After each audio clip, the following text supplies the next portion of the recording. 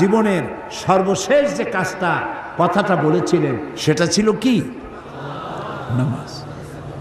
ইন্তেকালের 5 দিন আগে প্রচন্ড জ্বর হলো, মাথায় যন্ত্রণা হলো, বারবার বেহুশ হয়ে পড়েন। যে রাত্রে ইন্তেকাল করবেন সেই রাত্রে সাহাবায়ে কেরাম কেউ ঘরে ফেরে নাই, সবাই কাঁদতেছে। সকলের ধারণা নবীজি খুব তাড়াতাড়ি বিদায় হয়ে যাবেন। ঘরের মধ্যে স্ত্রীরা কাঁদেন, জামাই কাঁদেন, নাতি নাতনি কাঁদেন। সব থেকে বেশি কাঁদছেন হযরতে মা ফাতিমা রাদিয়াল্লাহু তাআলা আনহা। রাসূলুল্লাহর হুশ এলো, হযরত ফাতেমার কান্না দেখে কাছে ইশারা করে ডাকলেন, কানে কানে কি যেন বললেন। হযরত ফাতেমার কান্না বন্ধ হয়ে গেল। হযরত আয়েশা ফাতেমাকে ডেকে বলেন, মা তোমার আব্বা জান কি তোমারে বলল, কান্না বন্ধ হলো তোমার?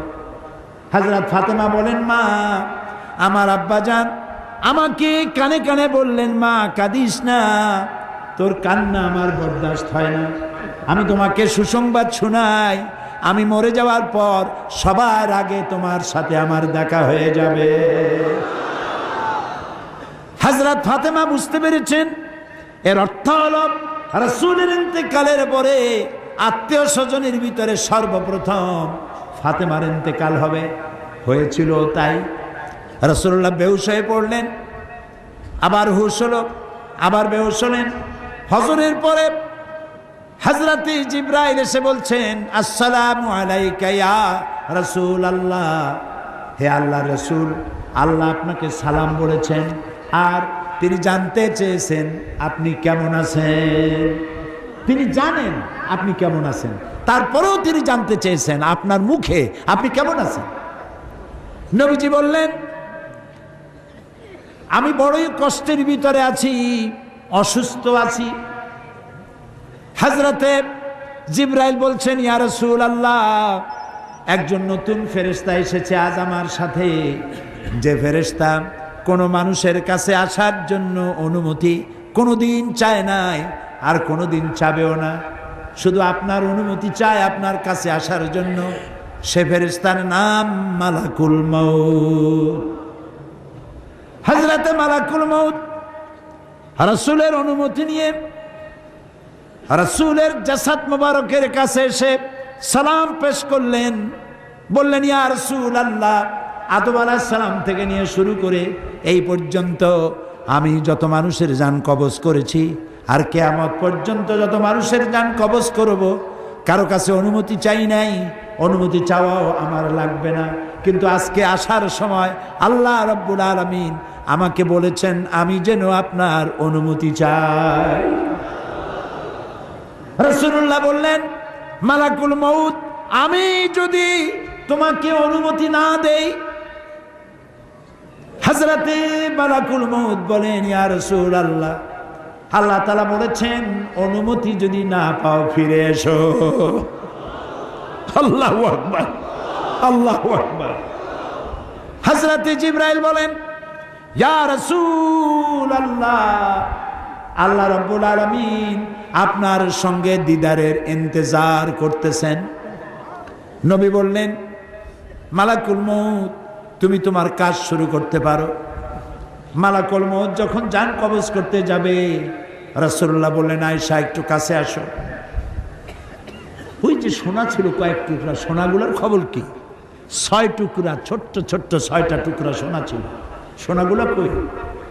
হযরত আয়েশা বলেন, আমি তার যত্ন করে রেখেছি।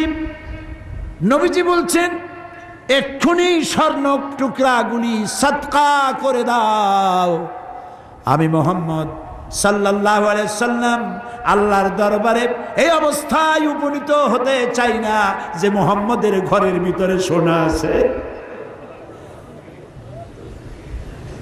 হযরত ওমর রাদিয়াল্লাহু তাআলা আনহু রাসূলের সঙ্গে দেখা করতে গেছিলেন একদিন। ঘরে মা আয়েশা ছিলেন না। হযরত ওমর সালাম দিয়ে ঘরের মধ্যে ঢুকে দাঁড়ায় দাঁড়ায় কাঁদতেছেন, বাচ্চা শিশুর মতো ডুকরে ডুকরে কাঁদছে। রাসূলুল্লাহ জিজ্ঞেস করছেন, ওমর কান্দো কেন?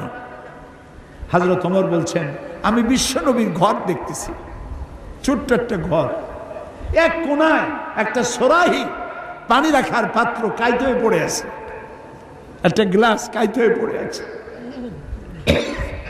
আর এক কোনায় 1 কেজি কি আধা কেজি জব পড়ে আছে, আর রাসূল শুয়ে আছেন দড়ি দিয়া বুনানো একটা খাটিয়ার উপরে, চাদর নাই, বালিশ নাই, হাত মোবারক মাথার তলে দিয়ে শুয়ে আছে, পিঠ মোবারকে দড়ির দাগ কেটে আছে। হযরত ওমর বলছেন, ইয়া রাসূলুল্লাহ, আমি তো বরদাস্ত করতে পারছি না। বিশ্বনবী, তার পিঠে দড়ির দাগ, পানির পাত্র কাইত হয়ে পড়ে আছে, খাট নাই, বালিশ নাই, আপনি আমাকে অনুমতি দেন, আমি আপনার জন্য একটা তোষক বানাই নিয়ে আসি।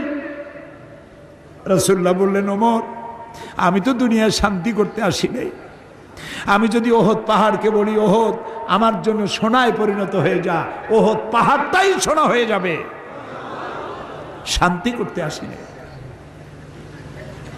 নবীজি বললেন, আয়েশা রে, সোনাগুলি বিতরণ করে দাও, সাদকা করে দাও। মালাকুল মউতকে বললেন, তুমি তোমার কাম সারো। জান কবর শুরু হয়ে গেল। নবীজি জীবনের শেষ কথা মুখ থেকে উচ্চারিত হলো, আসসালাত আসসালাত ওয়া মা মালাকাত আইমানুকুম, ও আমার উম্মতেরা, নামাজ নামাজ। ইন্তেকালের সময় মেয়ের কথা বললেন না, নাতির কথা বললেন না, জামাইয়ের কথা বললেন না, উম্মতকে স্মরণ করালেন, ও আমার উম্মতেরা, নামাজ ছেড়ে দিও না, আর তোমার অধীনস্থ ব্যক্তিদেরকে জ্বালা যন্ত্রণা দিও না, চাকর বাকরের জ্বালা যন্ত্রণা দিও না, গরিব মানুষের দিকে লক্ষ্য রেখো। আর আমি চিরজনমের মতো তোমাদের থেকে বিদায় নিয়ে গেলাম, নামাজ ছেড়ে দিও না। কিয়ামতের দিন ওই রাসূল যদি আমাদেরকে উম্মত বলে পরিচয় না দেন, জান্নাতে যাওয়ার উপায় নাই।